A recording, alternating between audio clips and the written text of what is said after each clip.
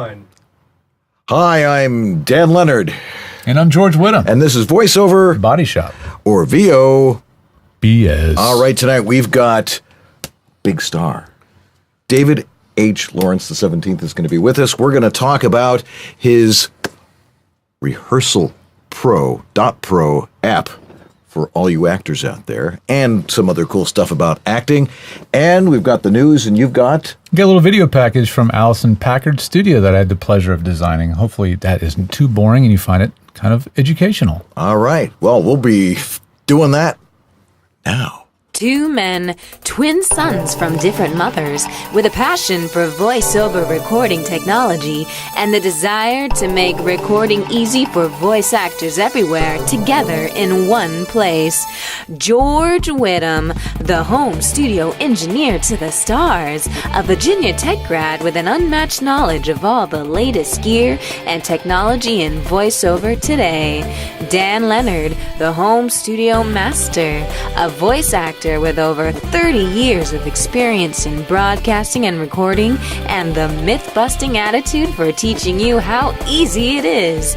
Together, finally, to bring you all the latest technology, superstars of voiceover today, and leading the discussion on how to make the most of your voiceover business. This is VoiceOver Body Shop. And now, live from their super secret multimedia studio in Sherman Oaks, California, here are George Whittam and Dan Leonard. Good evening, I'm Dan Leonard. And I'm George Whittam. And this is VoiceOver Body Shop. Or VOBS. All right. Well, this is how I'm going to have to do the show tonight. Just maybe get me some paper clips or some clamps or something, and so I can stay awake. Clockwork Orange style. Yeah. Was at FAFCon all weekend in Minneapolis. A fine town. Did not get to see much of Minneapolis, but it was. But the hotel was very nice. Nice. It was a great weekend. Amy, if you're watching, it was a great weekend. I know there's a lot of our fans that were also there with me, and they know why I have to do this. Right. While we have a great show Half of them tonight. are probably asleep by now. Yes. Well, including moi. But we can talk a little bit more about that as well. Also, David H Lawrence XVII is with us. Sitting right over there. We can actually almost get a shot of him, and he can wave and stuff. All right. There he is. All right. And we're going to talk about Rehearsal.pro and some revolutionary, evolutionary, and extremely helpful application. Thank you. For actors. You're going to have to be riding shotgun for me here tonight. Fill in the blanks, man. When you drop, if there's more than a 1 second gap, I'll be right there. Go for it. Promise. All right. Well, let's test my reading ability here. Before that, let's thank our sponsors. Oh, why? Because I can't read. Harlan Hogan. VoiceOver Extra. Edge Studio. Source Elements. Rehearsal App and VO2GO. And Antland Productions, where you can get yourself a killer demo. All righty, then. It's now time for... Now, the VoiceOver Extra VOBS News. The latest and most comprehensive voiceover industry news. Brought to you live.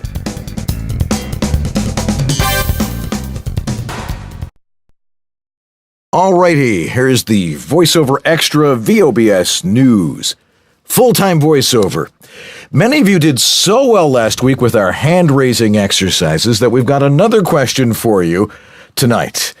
Raise your hand if you're a part-time voice actor now with the goal of someday quitting your day job and doing voiceovers full-time.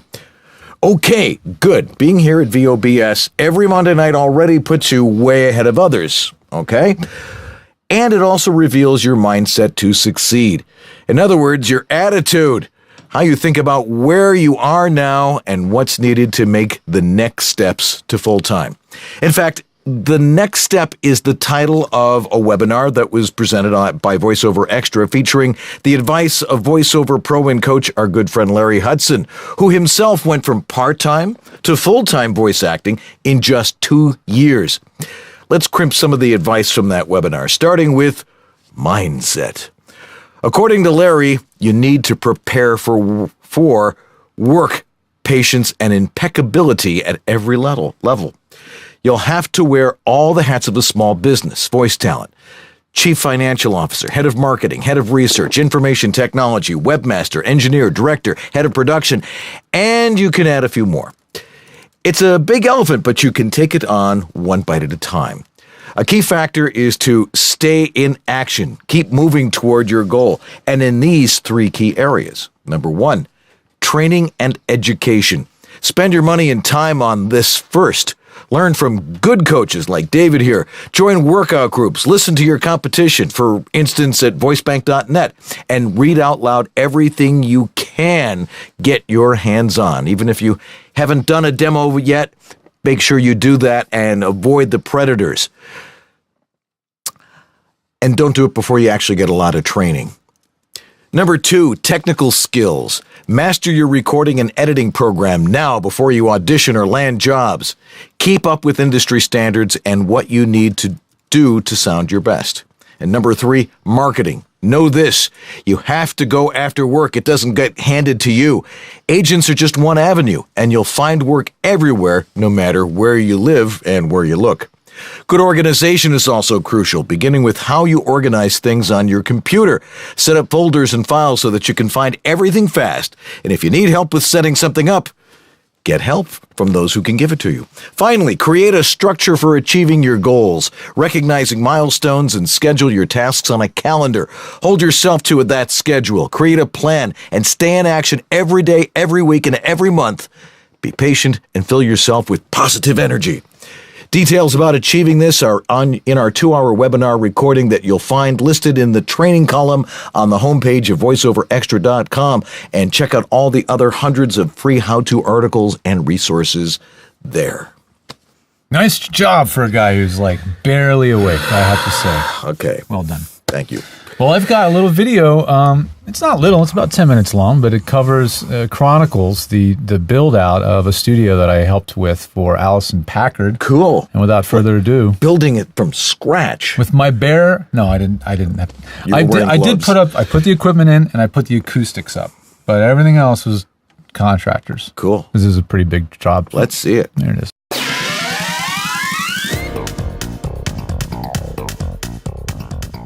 Hey everybody, it's George Whittam reporting for Whittam's World. Well, this is a cool episode this week because it's the culmination of about a half a year's work, and that is the design and build out of Allison Packard's voiceover recording studio. We started it, and I'm looking at the photos right now with the date stamps in February. February 8th is when I first saw the site, and we finished the job build out based on the photo log here August 12th. It's amazing. I know it sounds long, but a lot of that time was spent designing. So let's take a look at what I've compiled for you of Allison Packard's cute little tiny house recording studio. We are at Allison Packard's new studio location.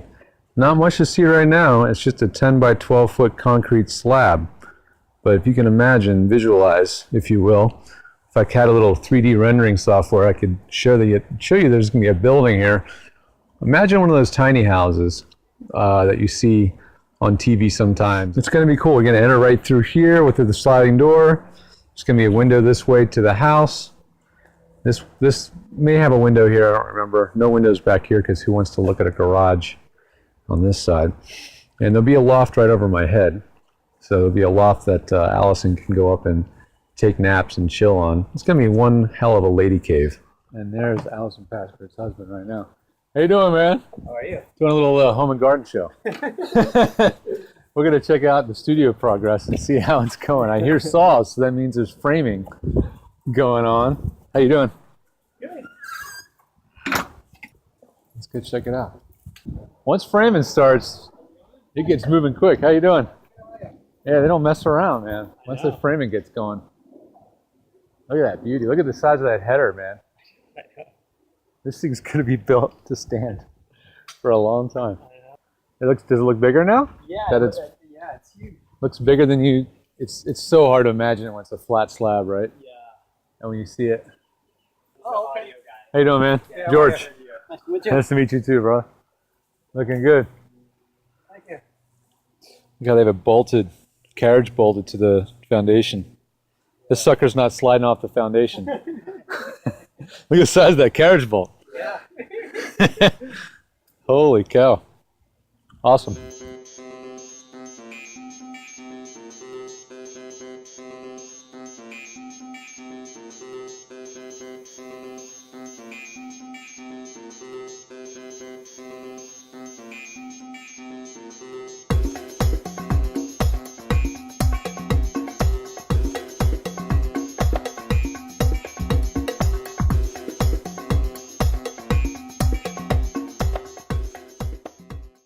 But we're checking out the build at a very, very critical stage of this build process. This is the stage where we're looking at the interior frame to see if the interior frame has been built correctly before insulation goes in, and then drywall. Super critical time, because if we don't catch any mistakes in the build at this stage, those mistakes are going to be covered in drywall and we will not be able to fix them later. It's done. However, looking around, I did notice that there was a couple spots that had what we call shorts in the design, short outs in the install. And that is one right there. See where the screw goes through the steel and into the wood? That's what we call a short. There's another one up here as well. So that's the kind of thing that I'm looking for, because even though it doesn't seem like much, it seems pretty insignificant, a little short like that can join the two together as though you have a bridge of a guitar. So imagine the bridge of a guitar that has strings stretched across it. It's just a tiny, tiny point of contact where the strings touch the bridge. But that transmits all of the sound from the string into the rest of the guitar. The same thing can happen with a short like this. So very careful not to have those. We'll have the framer come back and cut those nails and get rid of those little short outs. So I'm going to do a walkthrough with our contractor and have him take a look and make sure that we all cross our T's and dot our I's on these little things. These details seem insignificant, but they may transmit noise into this room and negate all the efforts and costs involved to build a room like this. And of course, here's our insulated, or our silent, or very, very quiet, not silent, but very quiet air conditioning unit. That's called a mini split ductless unit that goes up on the wall. And all of the lines that supply the condenser into the unit and the drain work all has to be routed to the outside. So there's the drain work going down and through the exterior studs. And then we have the supply lines to the air conditioning unit that have to go all the way around to the outside to where the condenser will live. If we go around back, the condenser unit should be out there. And there it is. There's the condenser. Needless to say, the studio will stay cool, no problem at all. It's about week 9. Let's see how the place looks.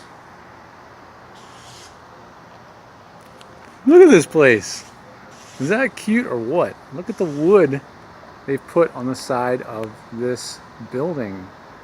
Man, I never imagined that the flat wood sides would give it so much personality. So cool. And they did a clever thing to, to keep the cost in check. Instead of doing wood all the way around, because wood's a lot of maintenance costs, they just stuck with stucco on the back side. So the back 2 sides are stucco.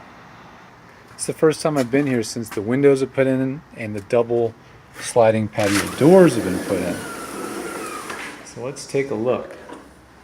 Let's close the outer patio door. Let's close the inner patio door.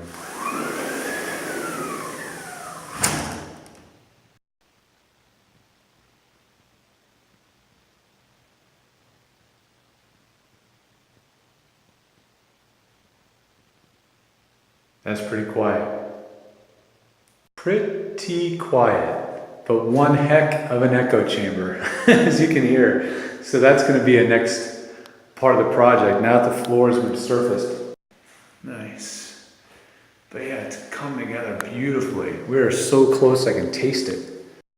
So you can hear, this is what a completely untreated acoustic space sounds like. It's almost a 2-second reverb time in here. Takes 2 seconds for a snap to die away. Maybe even longer. So we need to get that reverb time down from 2 seconds down to 1/10 of a second. Congrats, Allison. We're getting really close. Hey everybody, George Whittam here at Allison Packard's studio, where we're just about at the end of the line on this project. There's a couple little details, as there always are, left over. One of them is to have this ladder replaced with a proper rolling library style ladder, which will be up there eventually. That's a project that's out of my purview for sure. But we've added 2 more acoustical panels to the ceiling to deaden down the room just a little bit more as per Allison's request. Everything that's going to be in here pretty much is in here now. We've got the piano, we've got the piano bench, the love seat, rug, and now we have the new electric lift desk. Check this thing out. The desktop is, you can order any size you want, any shape you want. You can order only the legs if you want. It's called an uplift desk, and if you want to work at a higher height, maybe you're reading your script off the screen, just raise it up. Want to sit down, kick back and relax? Yeah, baby. And I've attached the rack at the bottom, suspended below, to hold all her equipment. Let's turn on that preamp and get that baby warmed up.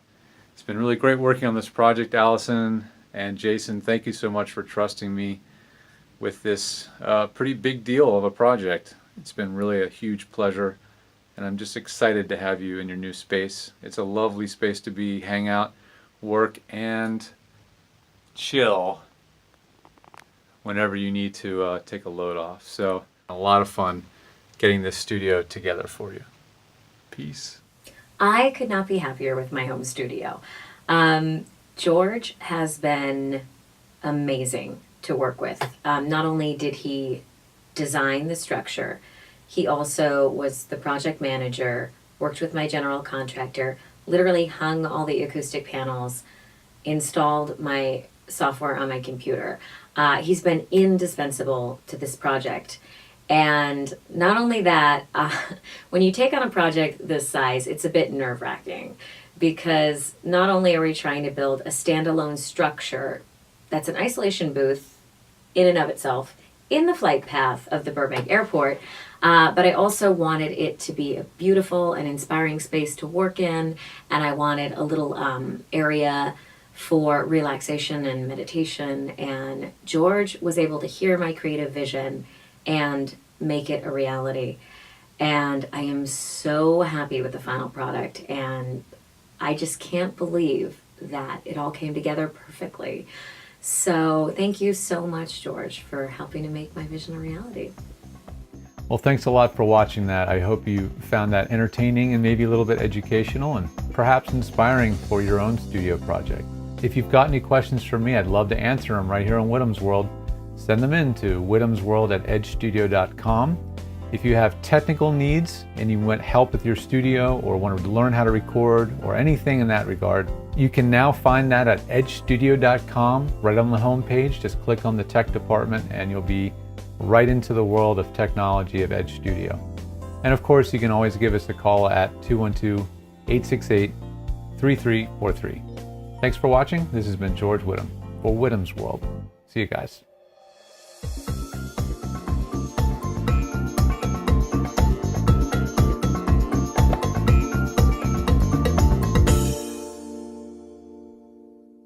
Hiya, VO friends. You sure you ain't booked a VO gig in 7 years? And your demo is so old that you can hear the clicks from the stock music records? And you hear so much tape hiss that you run to the sink to see if the faucet is running? And the engineer used so much echo on your voice that it sounds like it was recorded in the Grand Canyon? And the scripts seem a bit dated too, advertising the new and improved 1938 Plymouth Road King? Is that what's been troubling you, Bunky? Well, lift your head up high and take a walk in the sun. your demo can be killer too. Just contact Uncle Roy at AntlandProductions.com and book yourself a shiny new killer demo. Show your stick-to-itiveness and show the world you'll never give up, never give up, never give up that dream. Every Monday, 9 Eastern, 6 Pacific. Voiceover Body Shop. I love when they talk BS about VO.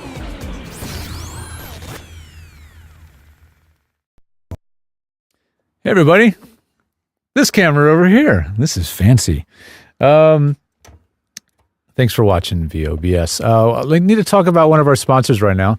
And is this the right camera? That really messes me up when I look. Never mind. This is like amateur hour.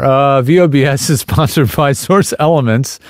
SourceElements.com. They are the creators of, and that's source-elements.com, by the way. They're the creators of Source Connect. What is Source Connect? If you are a talent that's kind of getting up to the next level, the next echelon, where you're asked to connect to studios and do sessions real time, being directed by a booth director or something of that nature, you definitely want to look into Source Connect.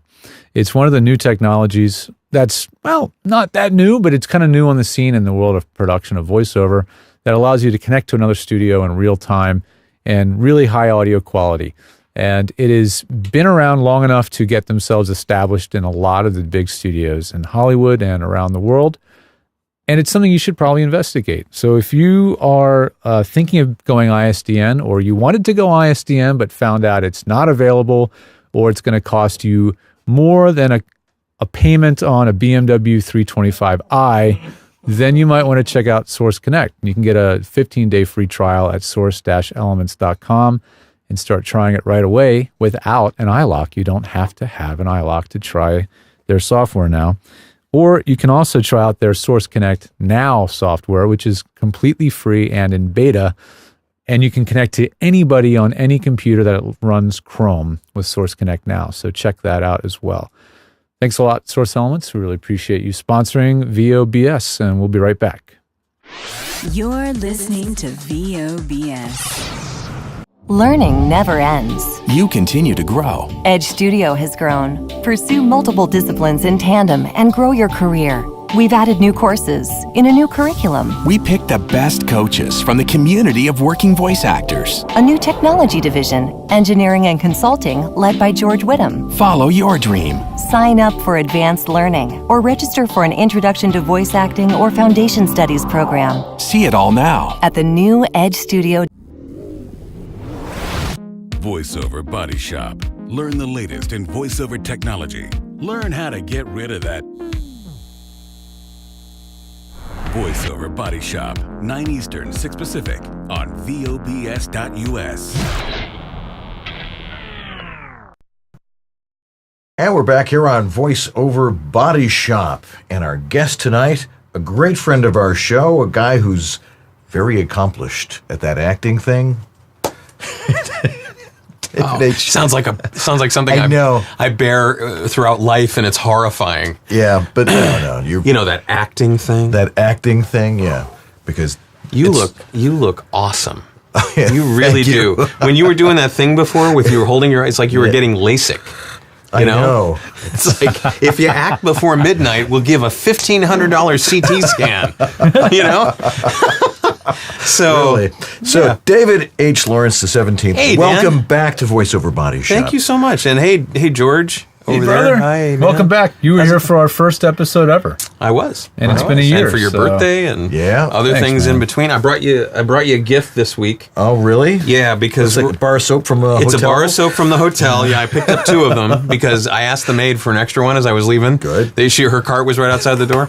So this is one of the perks that we gave to people who backed us in our Indiegogo campaign for cool. Rehearsal.pro. Nice. These are both power sticks, little power sticks that you can extend the life of your... And what we called it was the Deeply Into Rehearsal perk. And basically what happens is, you're rehearsing and then your phone's power is like down to 10%. Yeah. Right? So, These, so that's these cool. are nice. Frankie. Man, oh man. Isn't that The great? Specialty advertising man. business is a great thing. Yeah. Where did I get those? Staples Advertising Specialties. All right. No way. I Absolutely. didn't know All right. they They have were a doing whole thing called Staple Products that They'll put your logo on anything, and I mean anything. That is fantastic. So, by the way, you can get the VoiceOver Body Shop logo on anything at our store too, but we'll talk about that later. you guys what are you using? What are we Right using? now we're using Cafe Press? Cafe Press? Cafe Yeah. Press. Yeah, Cafe Press is awesome. Yeah, it is. Real easy. Just go there. You can, There's not a single thing you can't get the logo on. Absolutely. Yeah. Even a G-string. A G-string and a shower curtain. Perfect. right. So that's coming up next. Anyway, I suggest you buy them as a combo. Okay, moving on. That works. exactly. So anyway, that acting thing. Yeah, what about it? Tell us a little bit more about yourself, like where you're from originally, So I and grew how up you in- got into yeah. acting and stuff. So I grew up in Cleveland, Ohio. Down shore from me. Yeah, and down ashore.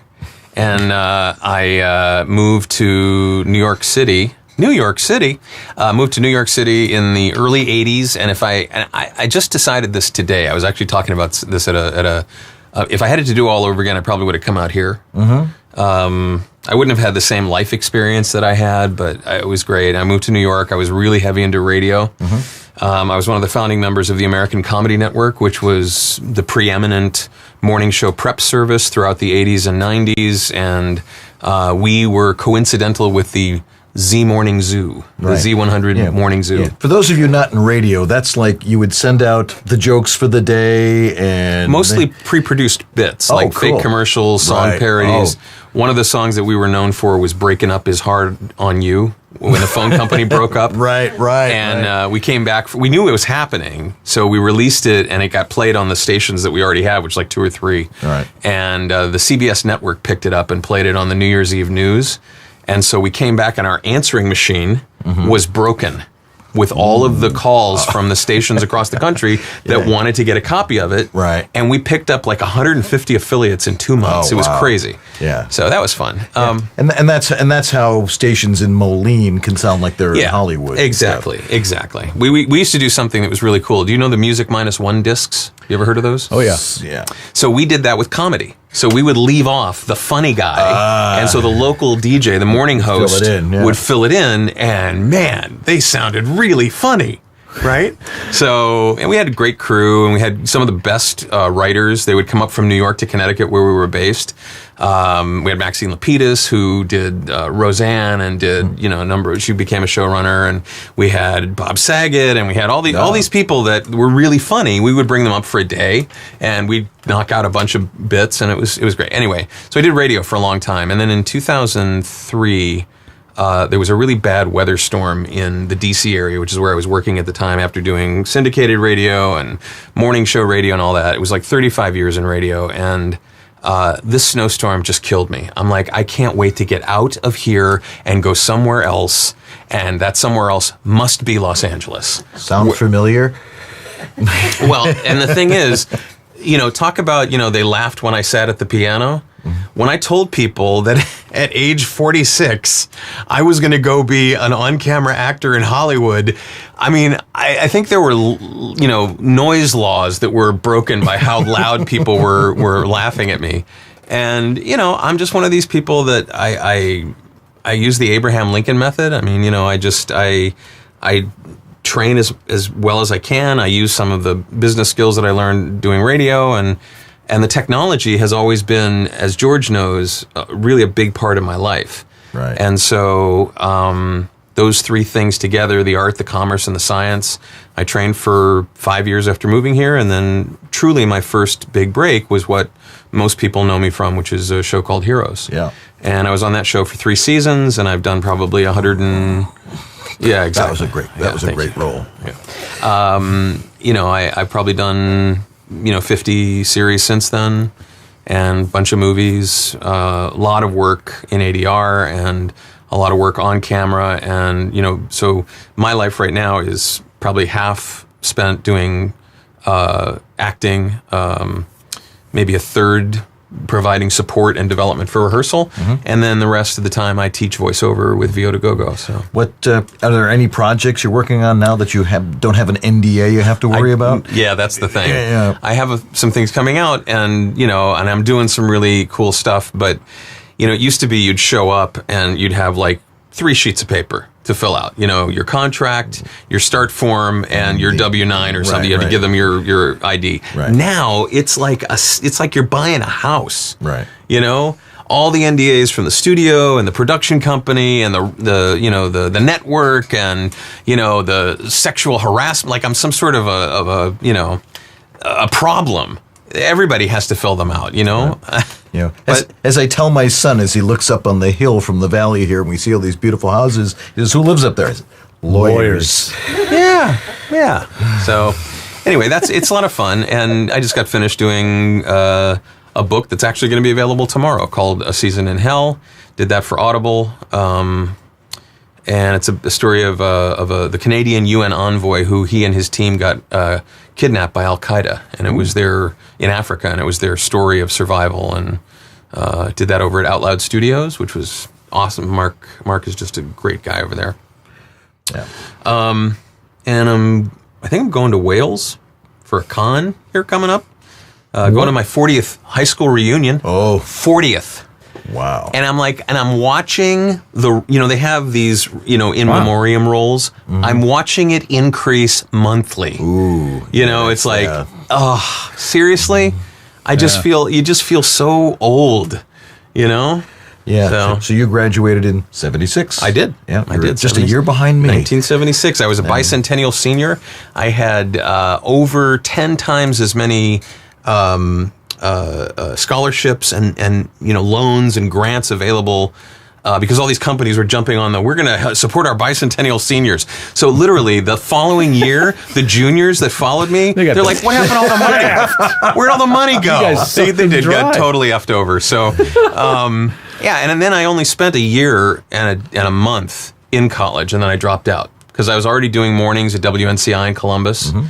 And I was doing what I wanted to do, and I figured I was making about, 6 times what I thought I'd make when I got out 4 years later in 80. And so, and again, the weather, which apparently plays a big role in my life. There was a huge snowstorm in 77, and I remember that one. Like there wasn't one. Yeah, it was well known in Buffalo. Yeah. So it was like 20 feet. Well, high. Here I am in Columbus, Ohio, and and I'm fighting my way down 71 to get to Ohio State's campus. And instead of driving to Lot C, which I know is going to be completely no spots available after I get off the air, I drive right to the provost's office and park in his spot, and I withdrew.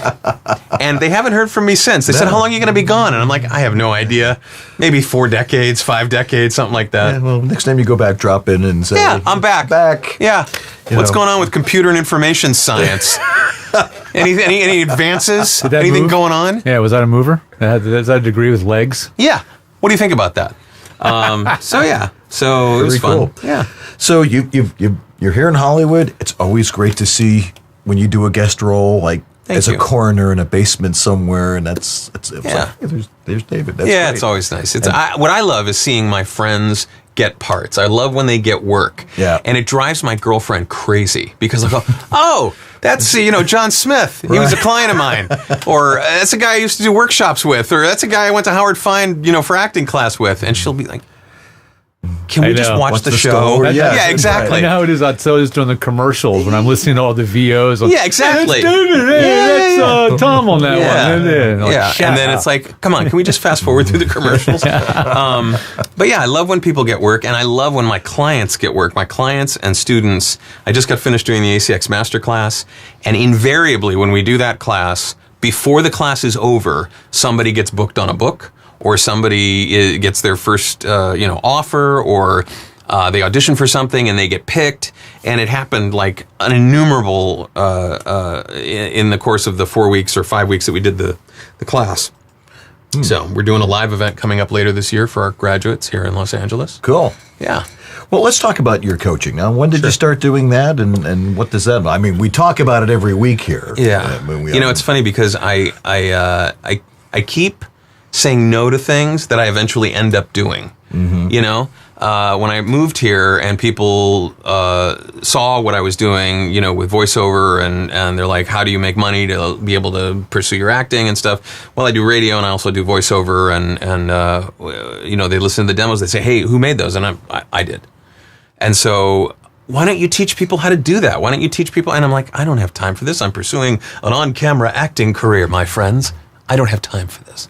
So finally, after saying no for a few years, I thought, okay, I'll teach a commercial class, I'll teach a narration class, and I'll teach an IVR class, which a lot of people weren't doing. And it was my number one avenue of income for the longest time because I was AOL's voice.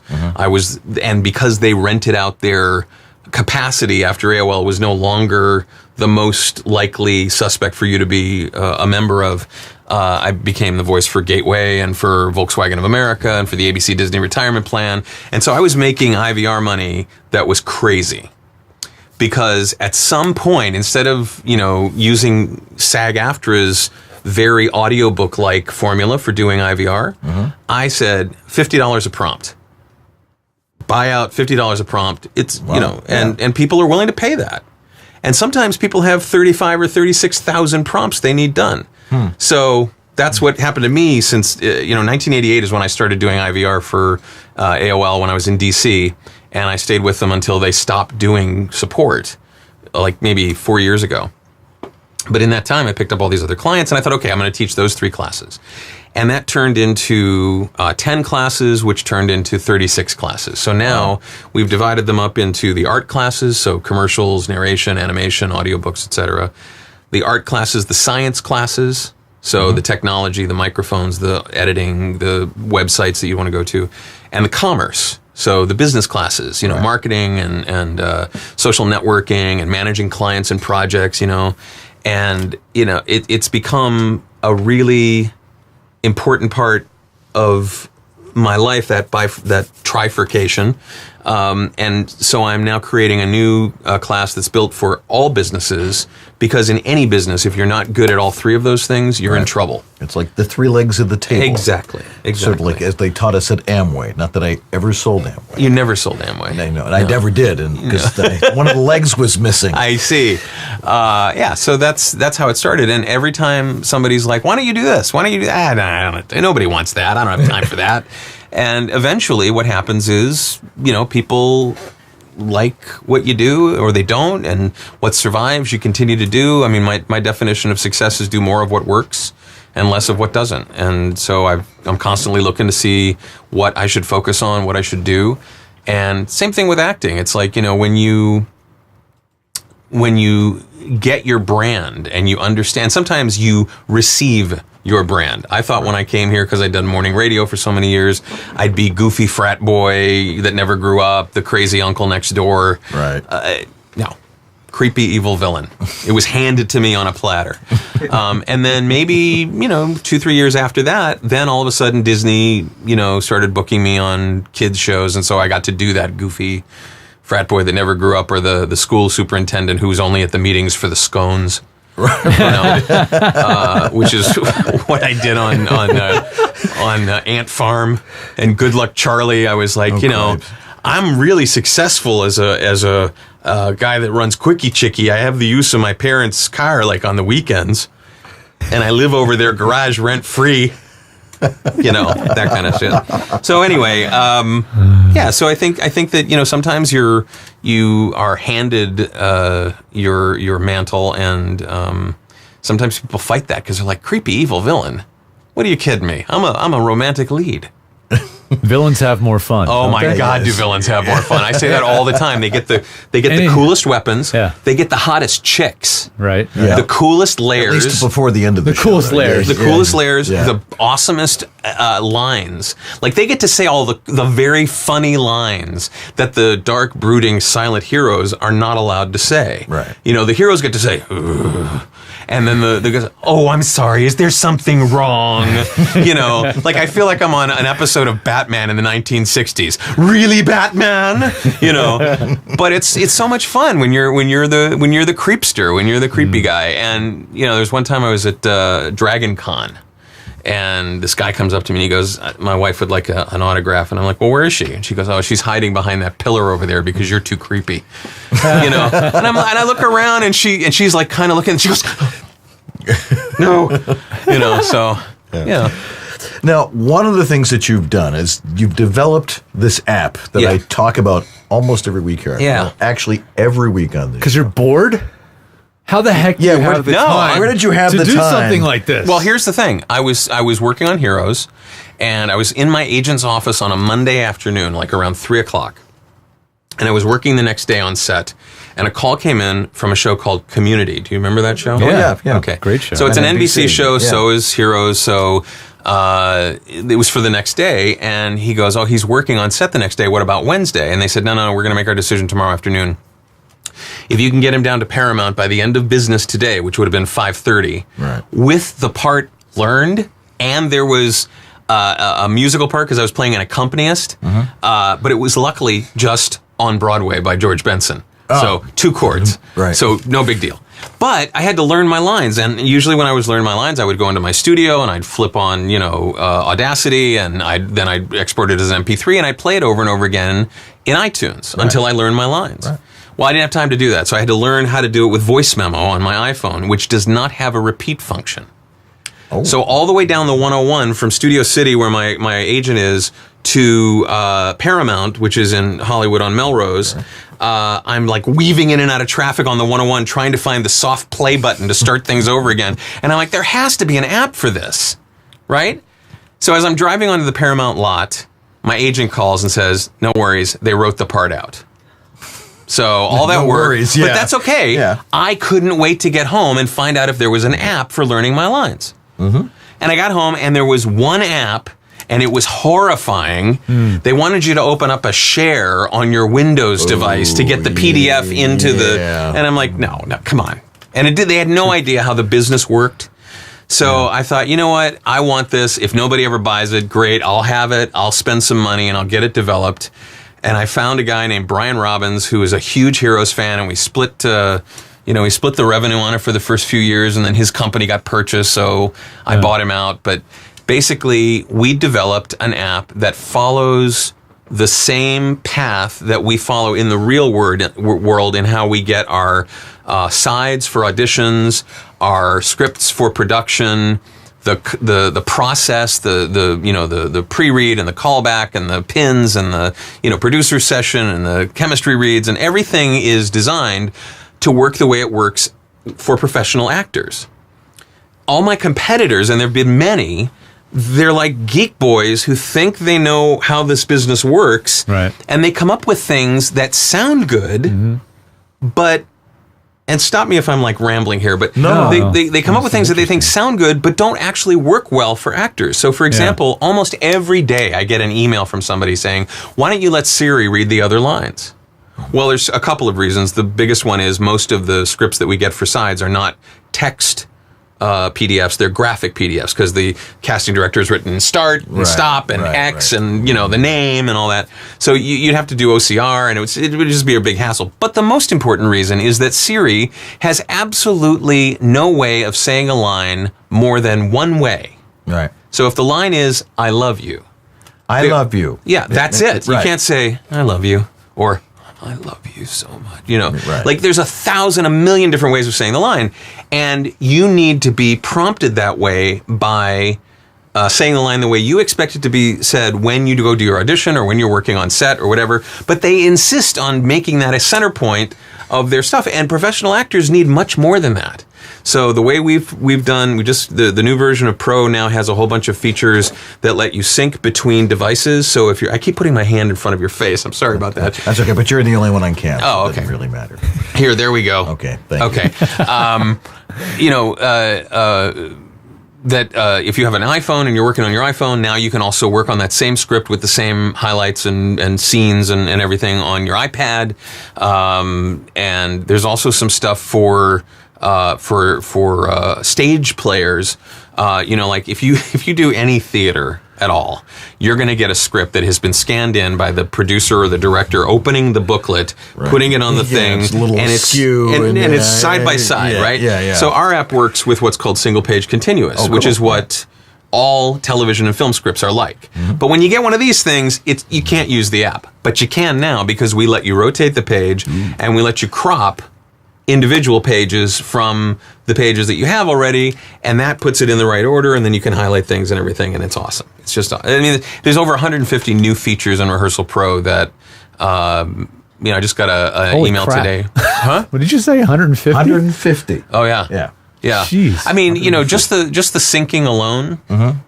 And are these features that became possible because of advances in the iOS Some of them. build kit or whatever? Yeah, some of them. Some of them.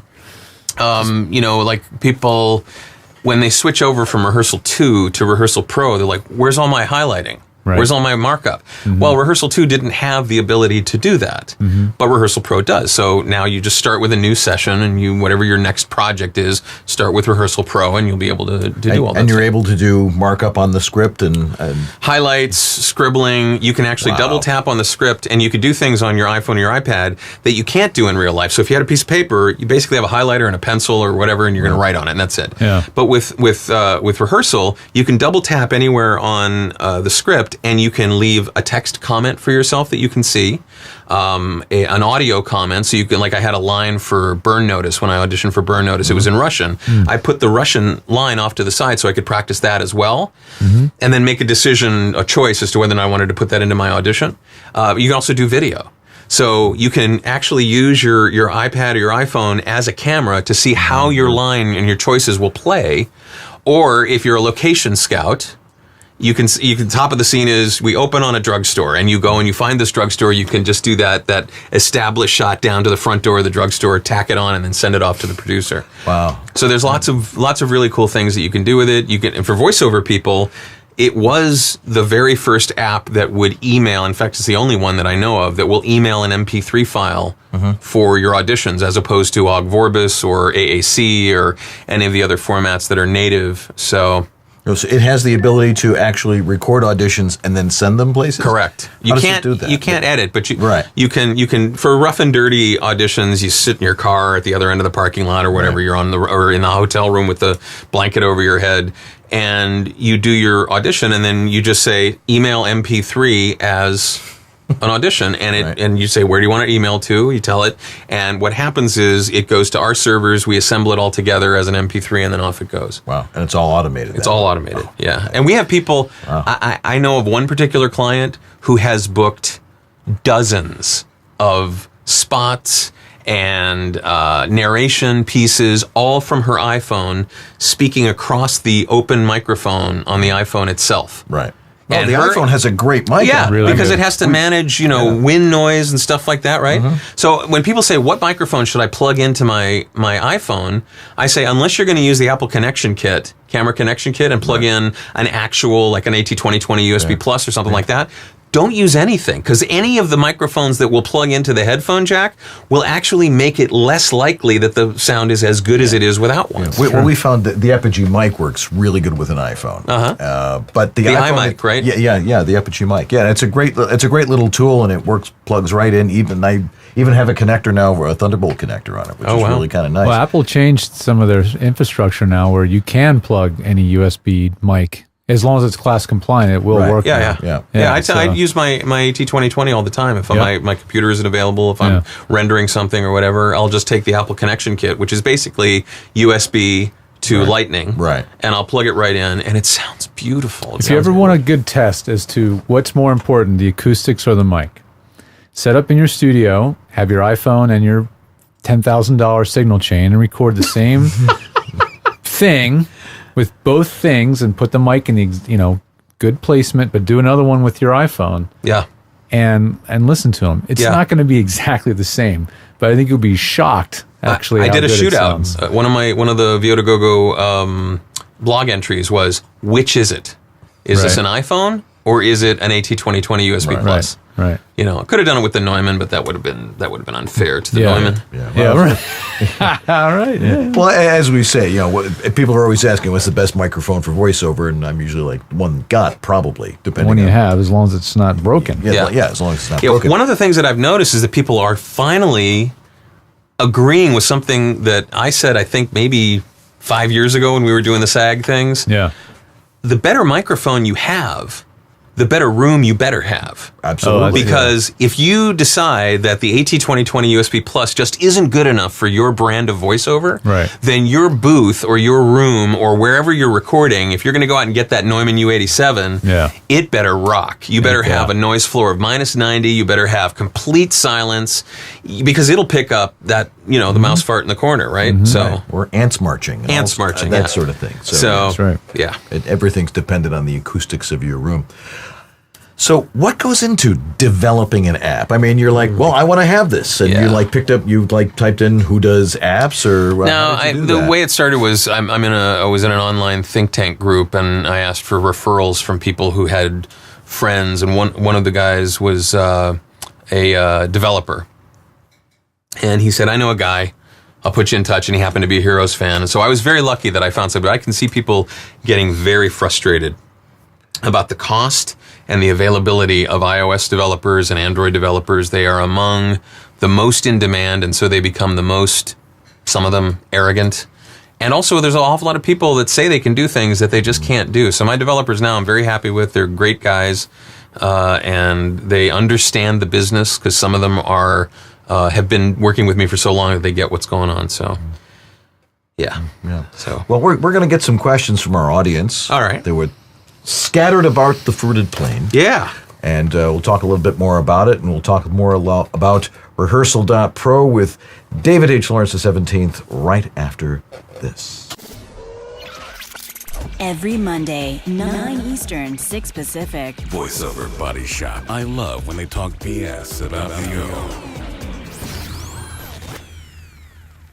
Learning never ends. You continue to grow. Edge Studio has grown. Pursue multiple disciplines in tandem and grow your career. We've added new courses in a new curriculum. We pick the best coaches from the community of working voice actors. A new technology division, engineering and consulting, led by George Whittam. Follow your dream. Sign up for advanced learning or register for an Introduction to Voice Acting or Foundation Studies program. See it all now at thenewedgestudio.com. VoiceOver Body Shop, where you can learn everything from mic technique to how to market your voiceover business to acting your way out of a wet paper sack, which is my favorite, by the way. Oh, let me cut that. There we go. Thank you. All right. See, problems like that happen because maybe you don't have the right equipment or you're not using it right. So one of the things you can do is go over to voiceoveressentials.com and make sure you have the best equipment, because Harlan Hogan at voiceoveressentials.com has gone out there and has found all the best stuff. And if he couldn't find the best stuff, he made it himself. Like the VO1A voice optimized microphone, the Portabooth Plus and the Portabooth Pro, things that'll help you out with your recording studio. Also, my favorite, the ABS, the thing that'll hold your boom up. And and the headphones, of course. So he's done all that kind of stuff, and if he couldn't find it, he made it himself. But the great thing about it is he also has other things there that can help you out, especially books. If you like to read books, one of the things he has is great voiceover books. You can find stuff by a number of prominent voice actors who've written some really great books, including Harlan himself, and along with his engineer, Jeff Fisher. That was a very popular one and still is, and gets updated and talks about how to optimize your studio and how to do it on the road and that sort of thing. So go over to voiceoveressentials.com, and the best way to do that is to go to the bottom of our page, right down there, and there's a picture of Harlan talking into his Portabooth Pro, and you click on that, it takes you right to their website, and just browse and peruse all the great stuff he has. Buy it, he guarantees it. Great shipping options. You can send it back if you don't like it, which I think is virtually impossible, but you never know. Go over to voiceoveressentials.com and buy Harlan's stuff. And thanks for being our sponsor for, it seems like, a millennia, but not quite. Having dinner tonight? How about having some VO too? VoiceOver Body Shop. Have some voiceover with your dinner tonight on VoiceOver Body Shop, 9 Eastern, 6 Pacific. Learn the latest in voiceover technology Business. and good old-fashioned acting. Hey, Paul, I really like your suit. Where did you get it? It looks good on you. This is VOBS. And we're back with David H Lawrence XVII. That's another thing my girlfriend hates is when I do DJ mode. Yeah. And we're back. Don't do that. Don't do that. I'm like, what? I'm just making fun of what I used to do for a living. Right. Me too. I don't care. I'm not dating somebody like that. So, Little late. yeah, all right. Well, and when you guys, remember who the real Bob James was? From radio? Yeah. So he's like one of my best friends. And he'll call up and he goes, hey, what's happening? And she goes, don't do that. That's fun, though. Do the nighttime jazz disc jockey. Maybe she'll like that. Oh, yeah. It's 28 degrees here in the city. She likes that one. Yeah. She likes that. My landlord is on 94.7 The Wave from 3 to 6. Oh, yeah. That's very nice. She's great. Alrighty. Well, we've got some great questions here. Questions. I'll Yes. start. How much time do we have? Man, we Time? can wrap the clock if you want, but it's up to you. We're man. not on a network. All right, great. Yeah. The first one's from J. Christopher Dunn. Did he email this in advance? He did. I think so. Which do you find more challenging, screen acting or voice acting? That's the first question. There's a second one, but Okay. maybe you can answer that So one. I think I teach one of the classes that I teach is called Mutual Muscles, and I really push back. There was a thread going on one of the groups this past weekend. It's like, you got to take acting classes if you want to learn how to be an audiobook narrator, which is true. But don't take on camera or stage acting classes. Take voiceover acting classes. And I don't agree. I think that the storytelling skills that you develop are the storytelling skills that you develop. And there'll be technical differences between working a camera versus working a microphone versus working a live audience. But the actual connection with the story, it is exactly the same. And if you get better at doing voiceover work, you're going to get better at doing on-camera work, vice versa, commercials. Commercials are the most stressful in terms of the sort of the micro moments that you need to achieve. There's one commercial I did where the director was just like, less, even less. And the line was, don't do it, kid. And the first time I thought I was pretty. He's like, are you going to go buy that trombone over there, or are you going to get a really cool guitar? And I said, don't do it, kid. And the guy goes, oh, no, much less. And I'm like, what? So, it just depends. It depends on how closely you're mic'd. It depends on how close the shot is. It depends on a lot of things. So I love all of it. And I don't find any of it an inordinate challenge. I find all of it an amazingly satisfying experience. I come away from doing a 4-day audiobook or a 1-hour commercial or a 3-day guest star on network television with this just pumped up, awesome feeling of accomplishment. So maybe it's because some of the acting coaching for voiceover is really voice over acting coaching. Yeah. I'm not going to get into that mire. I'm not going to muck about down there. Yeah, I think that you can learn a lot from watching everybody work in every discipline of our business. Yeah. And you can steal things left and right. Picasso said, great artists borrow, or good artists borrow, great artists steal. Yeah. Right. And you should steal outright from everybody you know and make it your own. Right. When I was growing up in radio, all I wanted to do was be Rick Dees, right? And then I found my voice, and my voice helped me become successful, not Rick Dees' voice. But he was my inspiration. He's why I wanted to be in radio. Same with Bob James. Yep. So, you get inspired, and then you sort of take what you can from what you love about what they do, if it's appropriate for you, and then, you just incorporate it into your own brand. So, And it really is about finding your own voice. Absolutely. And the best way to do that is do a talk show. Because in a talk show, you can't puke your way through the lines. That's right. If you're talking about abortion or gun control or Hillary versus Trump, you cannot do anything but yell in your own voice. Right. You can't, there's no time for you to think about, how do I make this sound like a rock and roll DJ? Right. So there's no liner cards. No. Absolutely. Maybe you might get the liner card for the time and temperature or something like that. Yeah. But and then generally you sort of float back into the. All right, we've got callers coming up, and then you're like, okay, but then. Yeah, but then you're like right into you're falling out of it. What was the second question he had? Oh, the second one I forgot to ask it actually. Sorry about that. Actually, it speaks to a little bit about what you're talking about. It's about being believable. This question is very open-ended. Yeah, what makes an actor believable to you? So I'm going to take a moment and relieve myself all over method actors. But the idea of you having to feel something, you having to have that feeling inside you of pain or loss or sexiness or death or whatever it is, doesn't matter one bit. What matters is, does the audience feel what you want them to feel? And sometimes that takes very counterintuitive measures. If you want someone to be sad, don't be bawling all over the place, because nobody has a really good, bawling face. The crying face on most people is very ugly.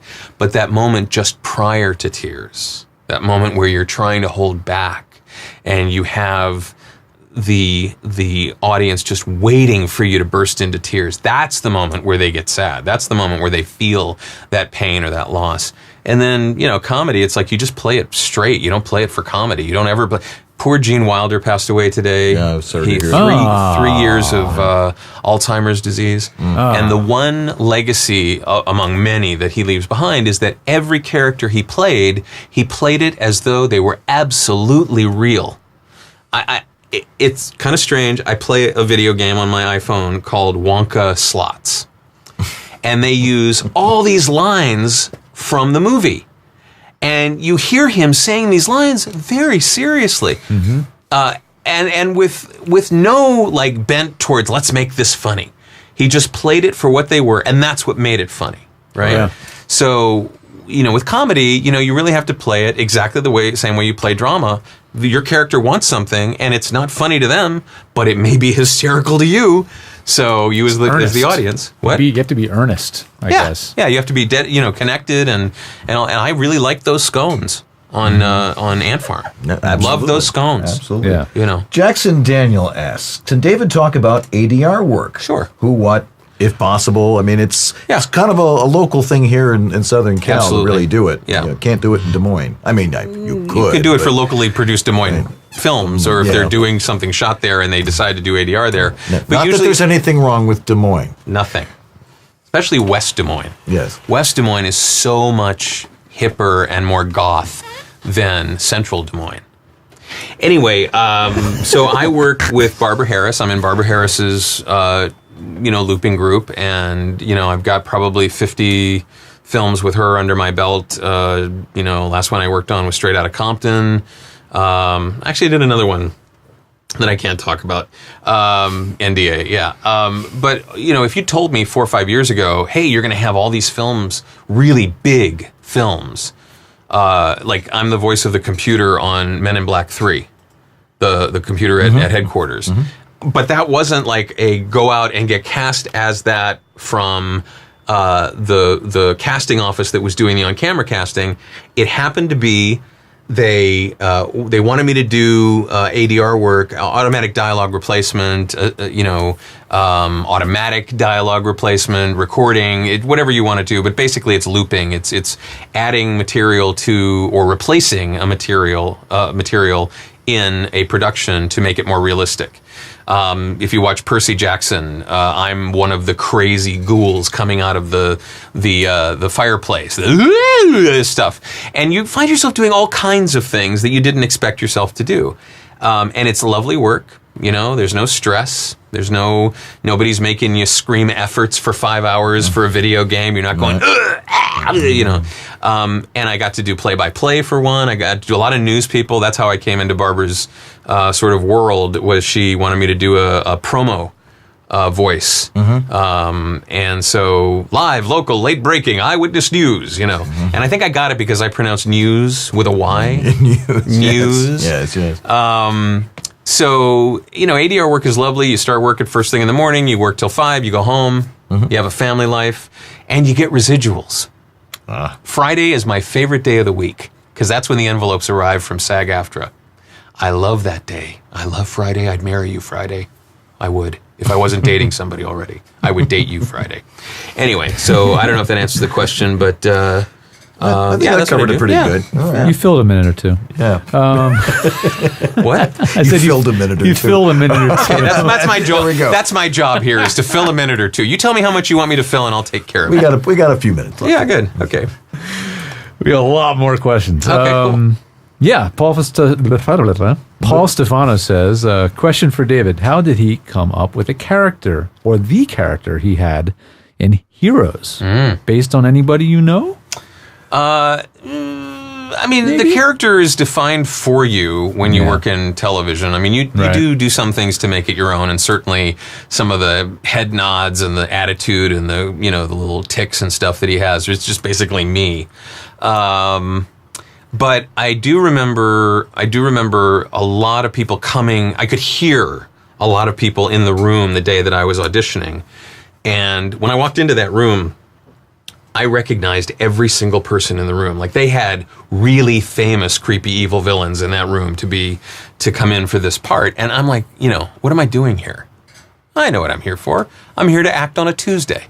It happened to be a Thursday, but I'd act on a Thursday at 11:45 in the morning. One thing I noticed is that they were really loud in the audition space, and I didn't have that take on the script. In fact, my take on the script was very under my voice. Yeah. And when I was doing it, I did one take of it, and the director, there were 11 people in the audition space. 11 people. That's 11 people more than is usually there, plus the casting director, right? So there were people from NBC, there were people from the show, there was a showrunner, the writers, the director, and the director was Greg. He's like, I love what you're doing, but I don't think the camera's picking it up, and we have to share this. We have to send this to the network for them to approve it. And I'm like, okay, we're very far along the path, aren't we? Yeah. Scoot your chair like half the distance to the microphone, really, really give me a nice tight close-up, and do exactly what you just did. So I did the exact thing, and I noticed just off to the right of the camera, this woman went at the end. And I said, either it's cold in here, or you nailed it, or I really creeped her out. Yeah. And on the car ride home, I got a call from my agent saying, call your kids. Other than this one guy who's on vacation and has to approve you, and he'll be back on Monday, you're going to be on Heroes. And I didn't tell anybody anything until it was absolutely positively, done. Because you just can't do that. You're just, everything is so beyond your control. So the answer to your question is, it was just what I saw in the script. And again, I had gotten some coaching that, evil villains, creepy evil villains, they don't get exercised over much. They're in control. They don't get all bent out of shape until that last moment, like in the Night Manager. Did you watch Night Manager? Not all of it, no. I didn't catch the end. Oh, Richard Roper gets his comeuppance. Oh, it's awesome. Spoiler alert. Yeah, well, like you didn't think that. So it wasn't all about, there were lots of people that I just think were really overplaying it. And I also noticed how many people were in the room. And so when they would walk in and be kind of taken aback by that number of people, I was like, oh, welcome to my audition, everybody. Thank you. And so that just like set the tone for the room, and it was great, and it worked out, and everything is beautiful. And that was a great role. It was. Very, very memorable. Yeah. This one came from J.S. Gilbert, and the question is, what's the one job in acting that you wished that you had gotten? And then what future gig would you like to have? Wow. The usual answer is the last one I had, and the next one that I get. Right? I don't know that I've ever... I don't get disappointed when I don't get work. Yeah. Because I know that so much is beyond my control. Yeah. You just do what you can do, and you do the best you can, and if you're right for the part, then you'll be considered for it. If you're not, well, you got a chance to come in and act on a Tuesday. So... the part I would really like isn't really a voiceover part, but it might be. Who knows? My goal in my career is an inside industry phrase. I want to be number one on the call sheet Monday through Friday. And what that means is you're the star of the show. You're carrying the show. If it's the Drew Carey show, Drew Carey is number one on the call sheet. And if you don't know what a call sheet is, it's the list of actors and crew that are being called to set to produce the work. And so being number one on the call sheet means you're carrying the show. You're responsible for it living and dying in many cases. You know, if you're not doing all that well, chances are the show won't last. And if you're doing fantastic, there's a chance it could go on for season after season.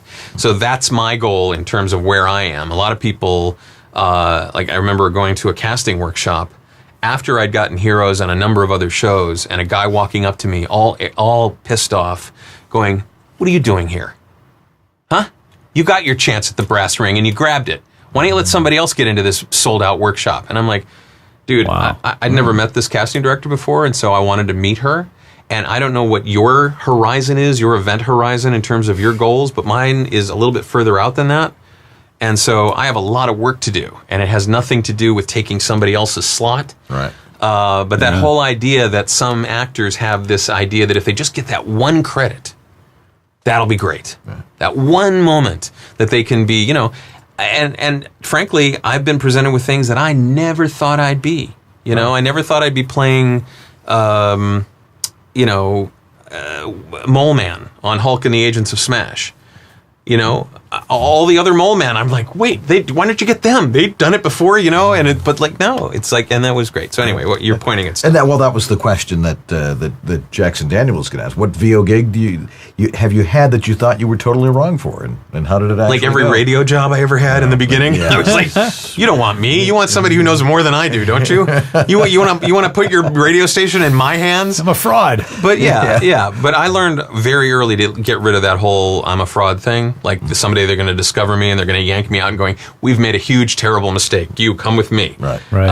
So I don't worry about that. Of course, when it's happened to you a few times, it makes you a little more weary. But okay, I didn't know that happened to you a few times. It happened. Sad. I was a lot of years in broadcasting. Got it. Okay. You know, we're going in another direction, as they like to say. Oh yeah. Oh, that's happened. Oh yeah. Oh, that's one of my favorite stories ever. Yeah. But I'll save it for another time. Okay. Keep wanting more, man. Okay. All right, next question from Maxine Dunn. What topic did you speak on at the NAB show? Would also love to hear about your premium podcasting. What did I speak on? I mean, I've spoken on a number of things I spoke on podcasting, I spoke on comedic production, I've spoken on automation. I did my show from the NAB, so we actually it was one of the few shows on broadcast radio and on satellite that could actually talk about the technology that was going on there, and I did it from one of the broadcast automation companies. The Canadian broadcast automation companies are the best, that was running my studio, and I did it from their booth. So, I've done a number of things. Last time I was there, I was the host of the Podcast Awards. Mm-hmm. Had a lovely time doing that when Dr. Drew couldn't make it because he was very busy going over Hillary Clinton's health records. Actually, it was long before that. I mean, I've spoken a number of times and the last time I spoke at a convention was at Social Media World, and I talked about being authentic. Because if you can fake being authentic, how authentic is that? I know. Huh? Sorry, I don't know what I'm saying. The key to I need being sleep. authentic. I think I just flew in from Minneapolis. By the way, I'm speaking in Minneapolis on Art, Commerce, and Science in October for a group of internet marketers. Lovely town. Yeah, it's lovely. Beautiful Absolutely place. lovely. Lots of lakes. Yeah. This one's from Devox. Devox. Yeah, Devox. Devox. What's the most technically difficult thing that you've had to coach on or teach, and what makes it so difficult? Is it a particular acting skill or a technical thing? I think a lot of people tend to overthink the idea of the better version of themselves. Like everything's going fine, and then all of a sudden a mic is placed in front of you, or a camera is placed in front of you, and you think, oh, I'm not good enough, so I need to create a better version of myself to be good enough. And nothing could be further from the truth. I have a disagreement with, just a friendly disagreement with a local demo producer who insists that he wants to create a better version of you with the demos. Well, if you do that, you run the risk of getting into an audition situation where somebody who's heard your demos has expectations of your Reproduce that abilities. here now. Yeah. Yeah. And if you can't reproduce that, falling out of bed, then you need to either get better skills or not intimate that with a demo. And, people will disagree, whatever.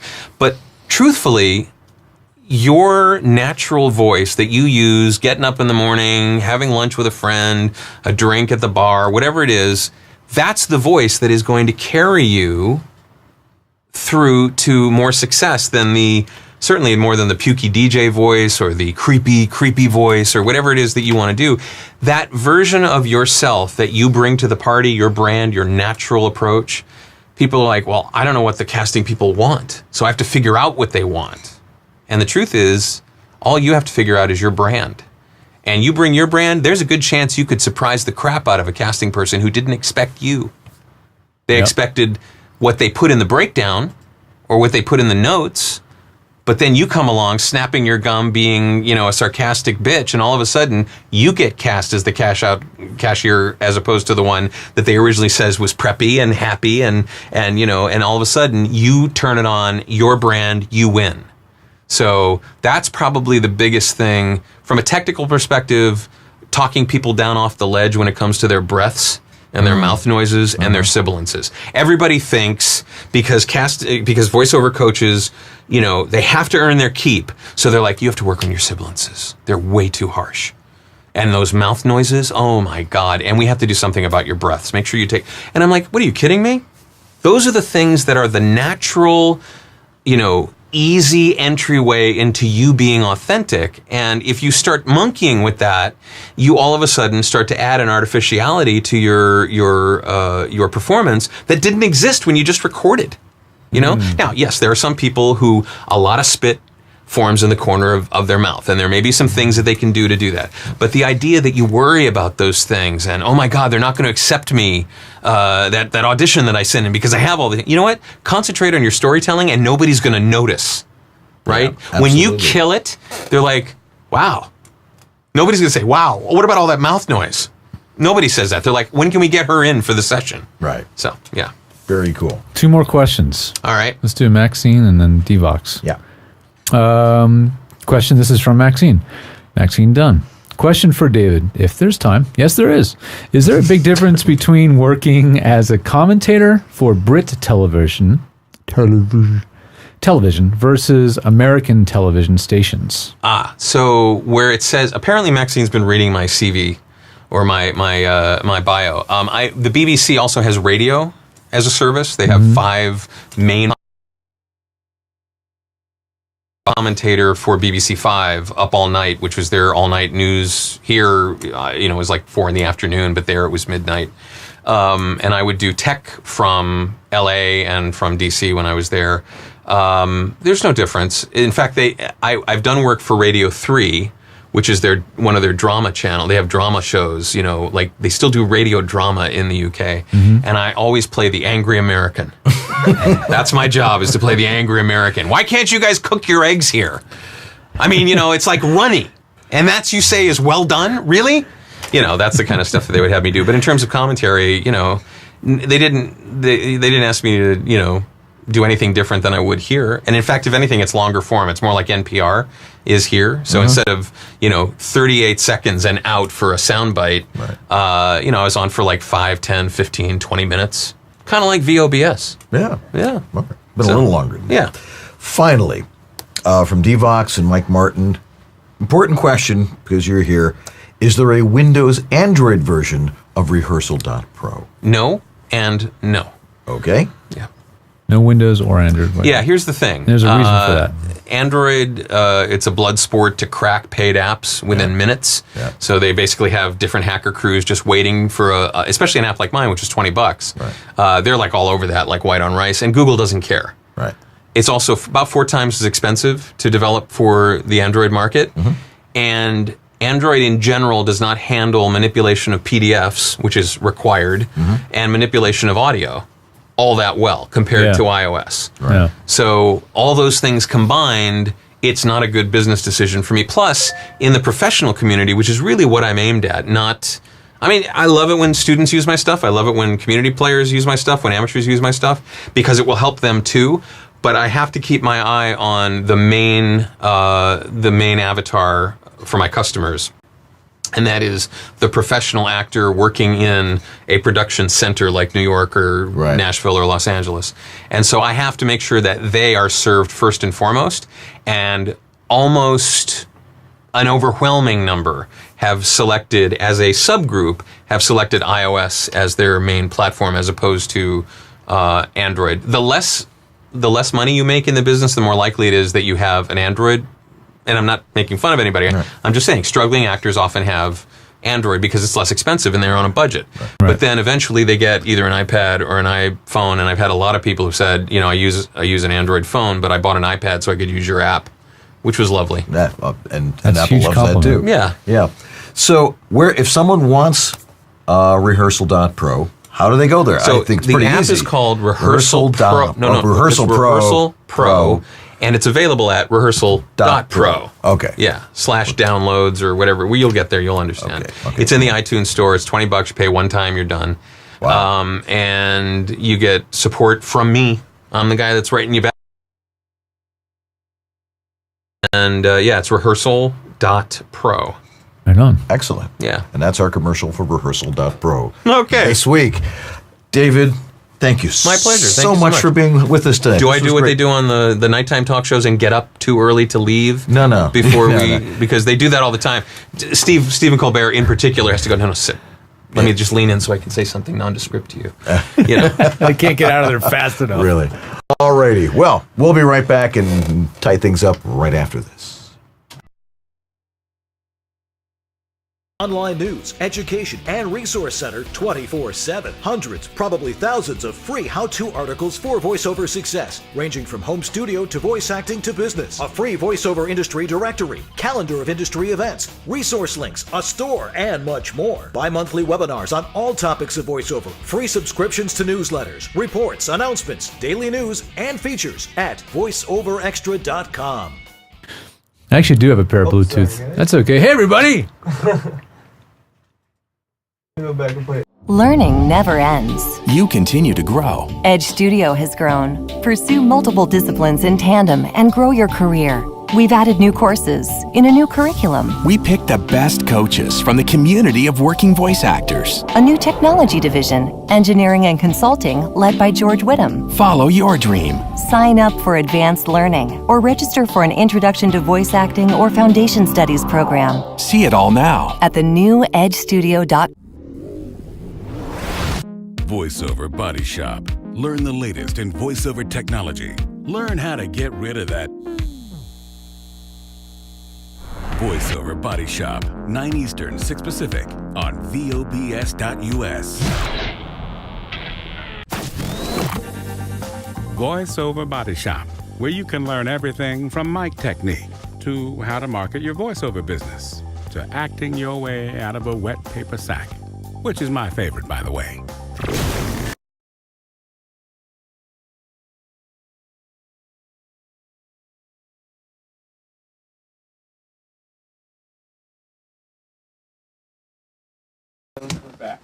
Hey, we are back. And I have to tell you that I've got a webinar coming up. That's great, man. At VoiceOver Extra. VoiceOver Extra? On September 7th, we're going to talk about the stuff that you and I talk about all the time, and that is processing. So if you want to learn some more of the basics about, EQ and compression and all those things that people talk about and think is going to make the difference and turn them from somebody who sounds like a little kid into, the voice of God, or like David H Lawrence XVII. Right. It ain't going to happen. It's about something else, and I'm going to talk about that on September 7th. Go over to voiceoverextra.com, and you can sign up there. Excellent, man. Be a good time. Cool. All right. Well, when we were going on, I just noticed that there were a couple questions while I was running that video about Allison Packard Studio. And so I thought I would just share a little those questions and my answers real quick. So Devox asks about that booth. How large is that? 10 by 12 feet? Yes. You are a very good guesstimator via internet. I don't know how you figured that out, but yeah, it's exactly 10 by 12 feet because that is the maximum non-permitted construction size in Los Angeles, or at least Toluca Lake. where the studio is. So that's why they chose that size. I probably saved a bunch of money and a heck of a lot of time getting it permitted. We didn't have to permit it, but it was still built to very high standards. If you saw how over engineered that place was. It was over engineered. There was a lot in there. Anthony says, "What boom did you use that is supporting the 2 mics at once?" It's just a regular radio style boom like we're using here in the studio. I just added a second little clamp. It is actually kind of a hack. A lot of pop screens have this little metal arm that bolts onto the side of your mic stand, and then it has a gooseneck. You unscrew the gooseneck, and left behind is a 5/8 inch mic mount. You screw that to the side of the existing mic, and boom, you've got a second mic mount. And the arm, 416 is not that heavy, so it's pretty easy to sidecar that thing alongside another mic, and that's what we did there. And boom, you have a boom. Boom, you have boom. You got double boom, double mic on a single boom. All right. Last question about the studio, and this is one I can't answer, but I can ballpark it. What was the total cost? I don't know because I wasn't the contractor and I didn't write the last check. But it was expensive. The upper half of it was more than 50,000. Let's put it that way. More than 50, less than 100. That's what I can tell you. Okay. That's what I can tell you. It was quite a project. All righty. Well, we got lots of great stuff coming up. Yeah, man. On our show. Like next week, we have Labor Day, and we're not going to be here. Yay! We're taking Labor Day off because we've been laboring at this show for months and months and months, and we want to have some hot dogs and not be bothered. And then the following week, Christy Bowen will be joining us from Nashville. She's a voice actor, a WOVA member. She lives in Middle America. You wanted to hear how one can be successful without being in LA or New York City? Be here September 12th, and she'll tell us. Well, we might be moving this one around because I'm going to be out of town on the 19th. I'm going to be on the show, but I will be in Colorado. So we might shift around. But we have slated to be on the show right now a lot of guests over the next few weeks, including Sylvia Viagran. She's going to be on the next few weeks. Big star. Brian Summer and Harlan Hogan. And we've got a bunch of others we're talking to be on the show. And we will eventually get another roundtable in. We're going to do like a WOVO tech committee roundtable. Right. So the dates on those are solidifying. Just stay tuned. We'll October 3rd, we're taking off Rosh Hashanah this year. It just happens to fall on VOBS. Oh, man. So we get another week off there. But we're thinking about this thing in November. We're going to do Studio Month. We're going to hopefully get around to a couple of big studios and do the show from there. Big, small, basically the studios that really influence the voiceover community that are so heavily talked about and used. So the list is formulating. We'll announce it when we have them all booked, but there'll be remotes. That will be fun. We're going to do remotes all month. Thanks to having Andrew here in the studio, we can do something that crazy. We're going to do that. It's going to be fun. All right. Donors of the week.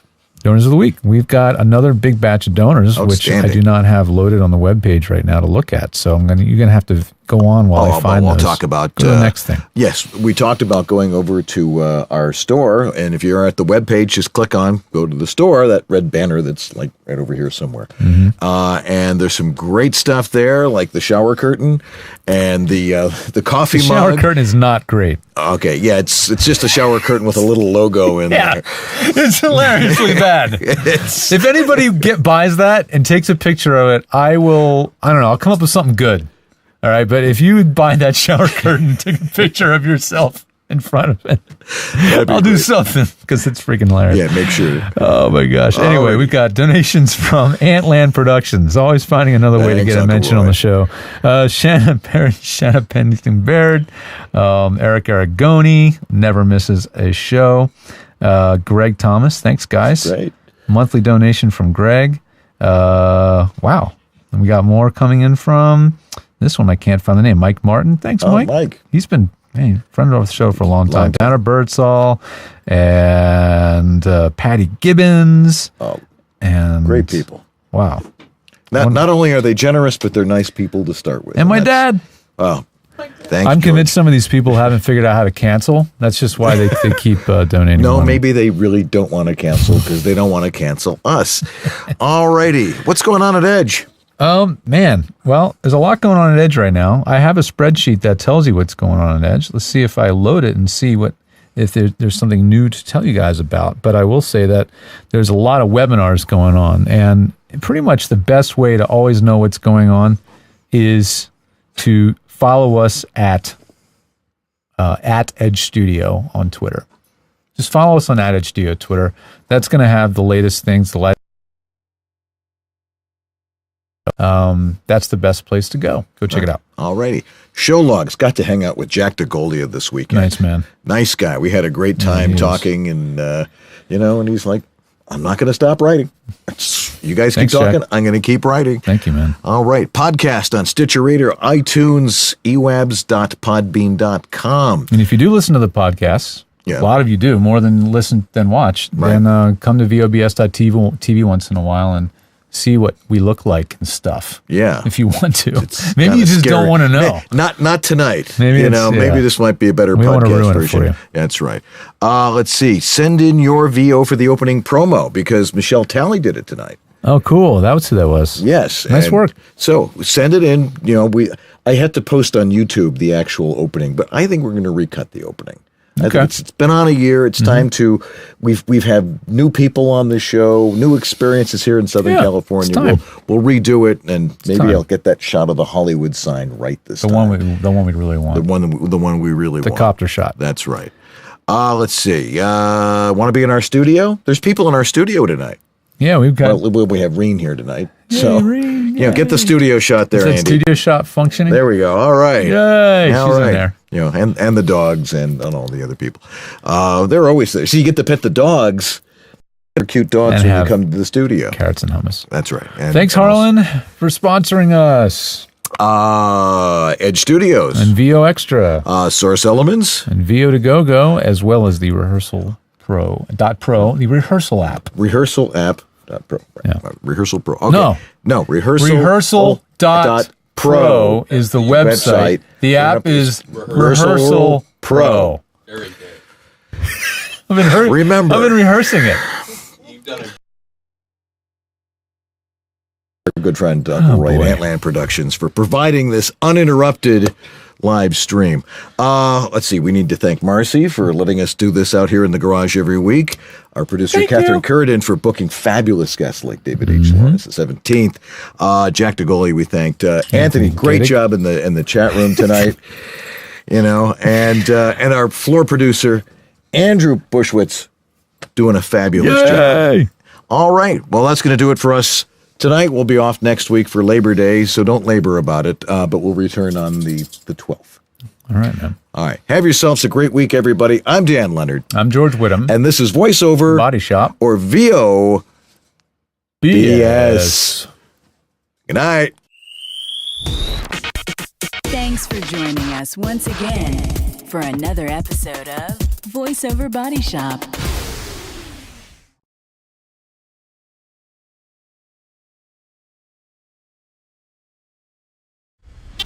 Fighting broke out overnight for Sunday's Indie. What do you want to watch tonight? I don't know. I mean, the same stuff's always on all the time. Oh, I am so sick of American Pickers. What about VOBS? Yes! Oh my gosh, you just read my mind! That's perfect! I want to watch it because, you know why?